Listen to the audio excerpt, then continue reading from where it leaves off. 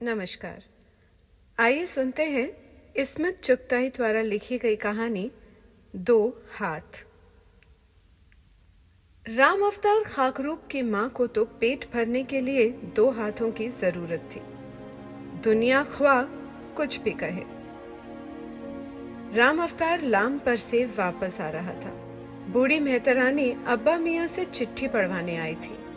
राम अवतार को छुट्टी मिल गई। जंग खत्म हो गई थी ना, इसलिए राम अवतार 3 साल बाद वापस आ रहा था। बूढ़ी मेहतरानी की चपड़ भरी आंखों में आंसू टिमटिमा रहे थे। मारे शुक्रगुजारी के वो दौड़ दौड़ कर सबके पांव छू रही थी, जैसे इन पैरों के मालिकों ने ही उसका इकलौता पूत लाम से जिंदा सलामत मंगवा लिया। बुढ़िया 50 बरस की होगी पर 70 की मालूम होती थी।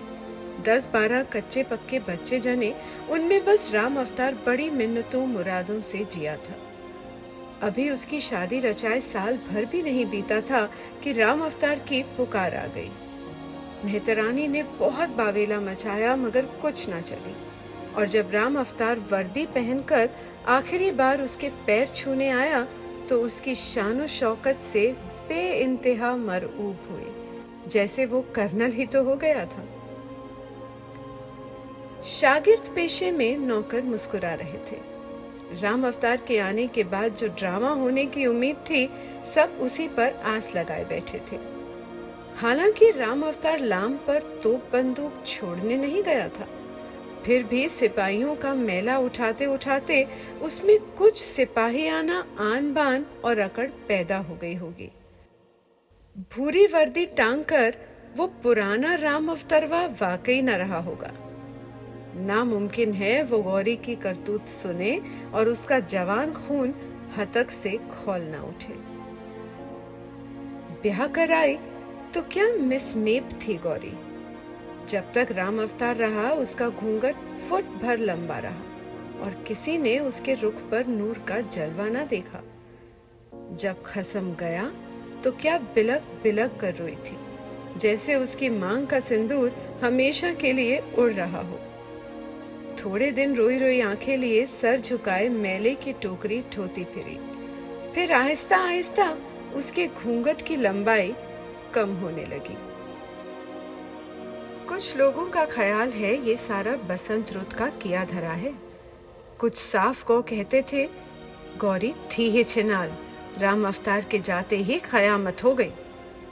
कमबख्त हर वक्त ही हर वक्त इटलाना, कमर पर मेले की टोकरी लेकर कांसे के कड़े छनकाती जिधर से निकल जाती, लोग बदहवास हो जाते। धोबी के हाथ से साबुन की बट्टी फिसलकर हौज में गिर जाती। बावर्ची की नजर तवे पर सुलगती हुई रोटी से उचट जाती, और जब ये कयामत घूंघट में से बाण फेंकते गुजर जाती तो पूरा शागिर्द पेशा एक बेजान लाश की तरह सकते में रह जाता। फिर एकदम चौंक कर वो एक दूसरे के दुर्गत पर तानाजनी करने लगते। धोबिन मारे गुस्से के कलफ की कुंडी लौट देती और बावर्ची की तीसरी बीवी पर हिस्टीरिया का दौरा पड़ जाता। नाम की गौरी थी, पर कमबख्त स्याह बहुत थी, जैसे उल्टे तवे पर किसी ने पराठे मलकर चमकता हुआ छोड़ दिया हो। चौड़ी फुकना सी नाक, फैला हुआ दहाना, दांत मांजने का उसकी 7 पुश्त ने फैशन ही छोड़ दिया था। आंखों में पफटे, काजल थोपने के बाद भी दाएं आंख का भेंगापन ओझल ना हो सका। फिर भी टेढ़ी आंख से ना जाने कैसे जहर में बुझे तीर फेंकती थी कि निशाने पर बैठ ही जाते थे। कमर भी लचकदार ना थी। जिधर से निकल जाती कड़वे तेल की सड़ान छोड़ जाती। हाँ, आवाज में बला की कूक थी। तीज त्योहार पर लहक कर कजरिया गाती तो उसकी आवाज सबसे ऊंची लहराती चली जाती।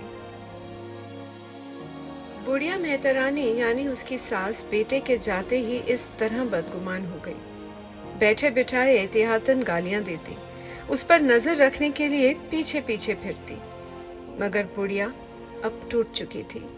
40 बरस मैला ढोने से उसकी कमर मुस्तकिल तौर पर एक तरफ लचक कर वहीं खत्म हो गई थी। हमारी पुरानी मेहतरानी थी। मेहतरानी के घर में खासी बुजुर्गाना हैसियत थी। इतनी लाडली मेहतरानी की बहू यकायक लोगों की आंखों में कांटा बन गई। चपड़ासन और बावर्चन की तो और बात थी, हमारी अच्छी भली भाभियों का माथा उसे इठलाते देखकर ठनक जाता।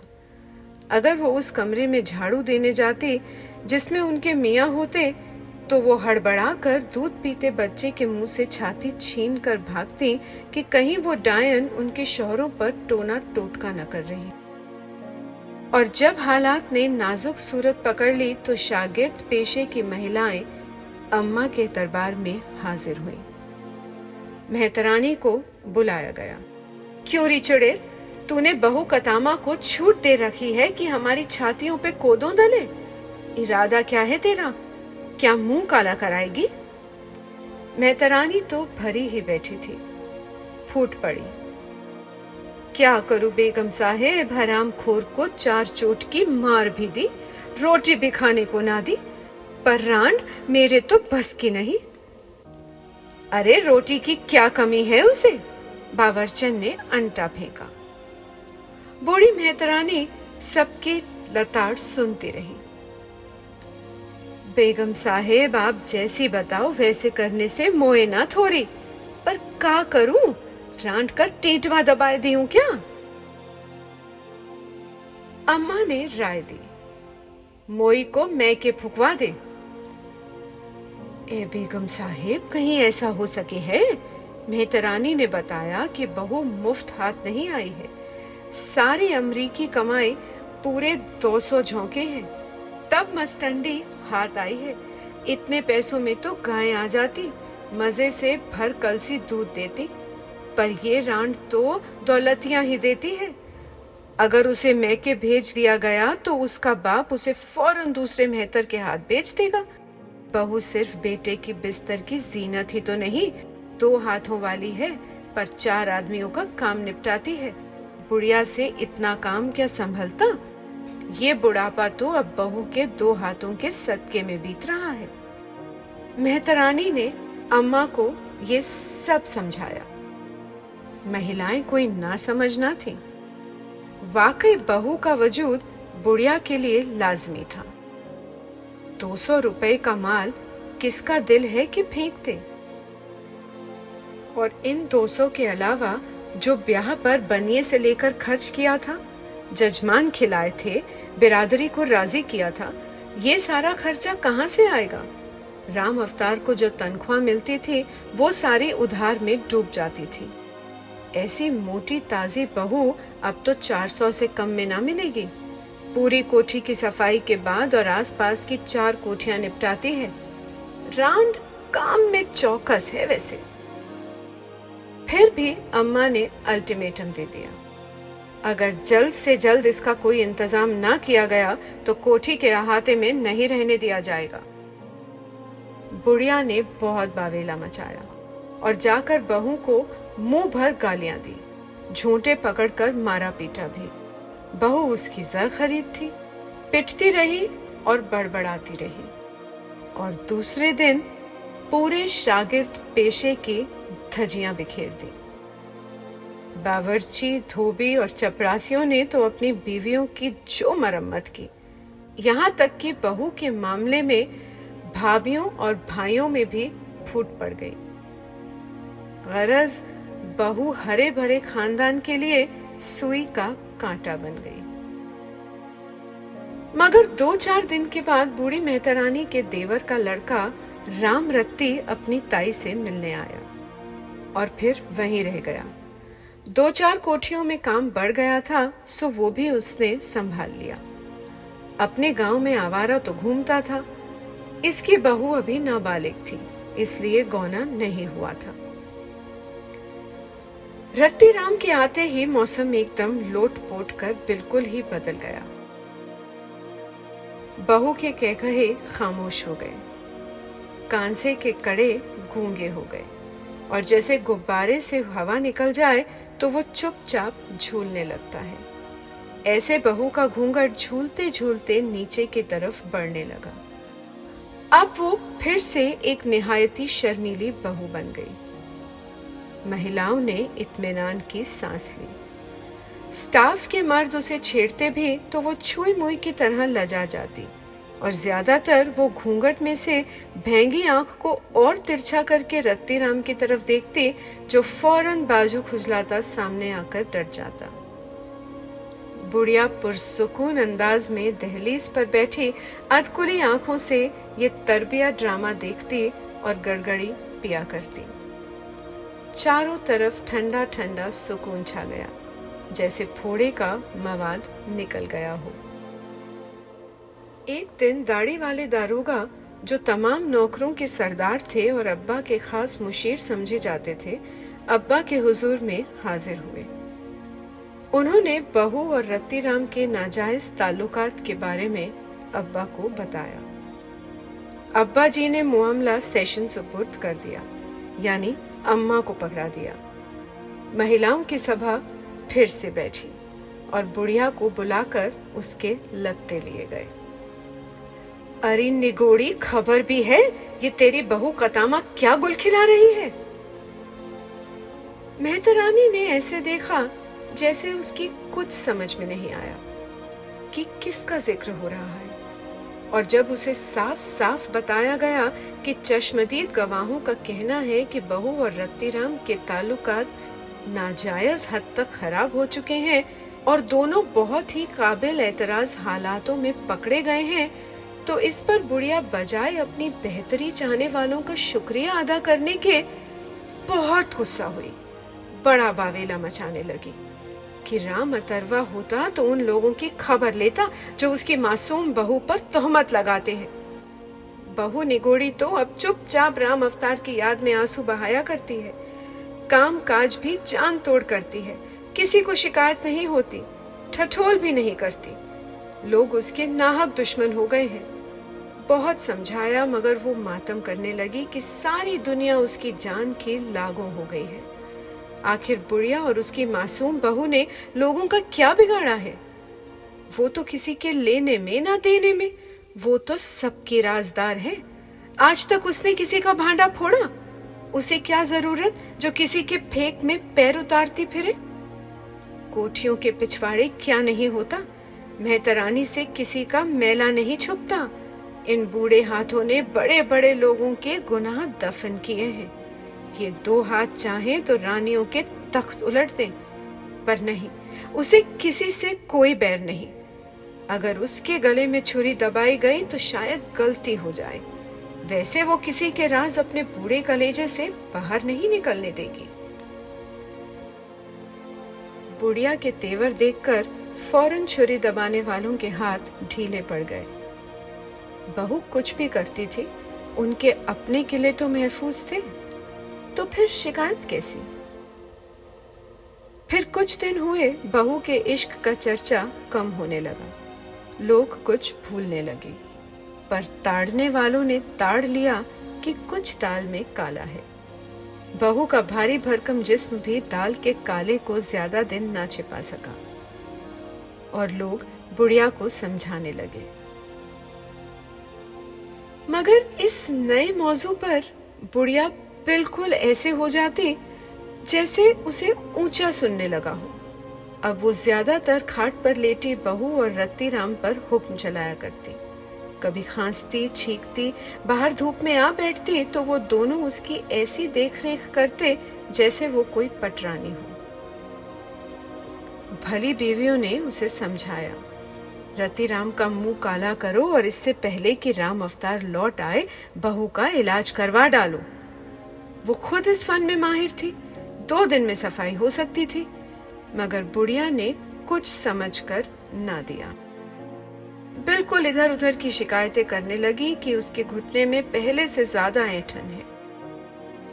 माना कि बहू औरत जात है, नादान है, भोली है, बड़ी बड़ी शरीफ जादियों से खता हो जाती है, लेकिन उसकी आला खानदान की सासें यूं कान में तेल डालकर नहीं बैठ जाती। पर ना जाने ये बुढ़िया क्यों सठिया गई थी। जिस बला को वो बड़ी आसानी से कोठी के चूल्हे के तह में दफन कर सकती थी, उसे आंखें मीचे पलने दे रही थी। राम अवतार के आने का इंतजार था। वो हरदम अपनी बहू को धमकियां देती रहती थी। आन दे राम अवतार का, कहांगी तोरी हड्डी पसली एक कर दे। और अब राम अवतार लाम से जिंदा वापस आ रहा था। फिजा ने सांस रोक ली थी। लोग एक हंगामे के इंतजार में थे, मगर लोगों को बहुत कोफ्त हुई जब बहू ने लौंडा जना। बजाय उसे जहर देने के, बुढ़िया की मारे खुशी के बाँछे खिल गई। राम अवतार के जाने के 2 साल बाद पोता होने पर उसे कतई ताज्जुब न था। घर घर फटे पुराने कपड़े और बधाई समेटती फिरी। उसका भला चाहने वालों ने उसे हिसाब लगाकर बहुत देर समझाया कि ये लौंडा राम अवतार का हो ही नहीं सकता, मगर बुढ़िया ने कतई समझकर ना दिया। उसका कहना था कि राम अवतार आषाढ़ में लाम पर गया था और वो पीली कोठी के संडास में वज़ा के महीने में गिर पड़ी थी। अब चेत लग रहा है और जेठ के महीने में बुढ़िया को लू लग रही। ऐसे ही इधर उधर की बातें करके वो ये बात मानने के लिए कतई तैयार ना थी कि ये लड़का राम अवतार का नहीं है। लौंडा पैदा हुआ तो उसने राम अवतार को चिट्ठी लिखवाई। राम अवतार को अम्मा का चुम्मा। प्यार से ये मालूम हो कि यहाँ सब कुशल है और तुम्हारी कुशलता भगवान से नेक चाहते हैं और तुम्हारे घर में बेटा पैदा हुआ है, सो तुम इस खत को तार समझो और जल्दी से आ जाओ। लोग समझते थे कि राम अवतार जरूर गुस्सा होगा, पर सबकी उम्मीदों पर तब ओस पड़ गई जब राम अवतार का प्यार से भरा खत आया कि वो लौंडे के लिए मोजे और बनियान ला रहा था।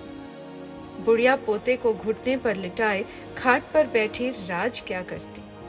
भला इससे ज्यादा हसीन क्या हो सकता है? सारी कोठियों का काम तुरत फुरत हो रहा था। महाजन का सूद पाबंदी से चुक रहा था और घुटने पर पोता सो रहा था।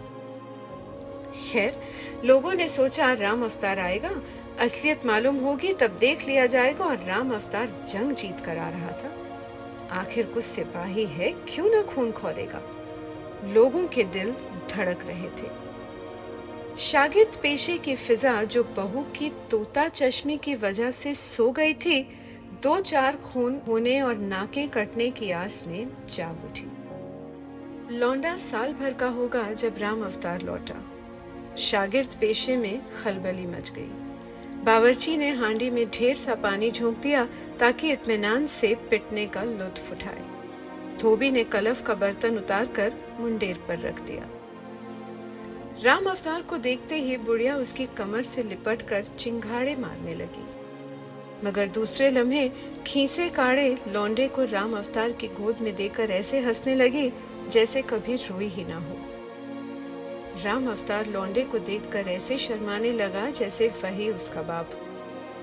झटपट उसने संदूक खोलकर सामान निकालना शुरू किया। लोग समझे खुरकी या चाकू निकाल रहा है, मगर जब उसने सामान में से लाल बनियान और पीले मोजे निकाले तो वहां खड़े सभी मर्दों पर जैसे बिजली गिर गई। हद तेरे की, साला सिपाही बनता है, हिजड़ा कहीं का। और बहू सिमटी सिमटाई जैसे नई नवेली दुल्हन। उसने कांसी की थाली में पानी भरकर राम अवतार के बदबूदार फौजी बूट उतारे और चरण धोकर पिए। लोगों ने राम अवतार को बहुत समझाया, लेकिन वो हंसता रहा जैसे उसकी समझ में कुछ ना आ रहा हो। रत्ती राम का गौना होने वाला था, सो वो चला गया। राम अवतार की इस हरकत पर ताज्जुब से ज्यादा लोगों को गुस्सा आया। हमारे अब्बा जो आमतौर पर नौकरों की बातों में दिलचस्पी नहीं लिया करते थे, वो भी परेशान हो उठे। अपनी सारी कानूनदानी का दाव लगाकर राम अवतार को अपने पास बुलाया। क्यों बे, तू तो 3 साल बाद लौटा है ना?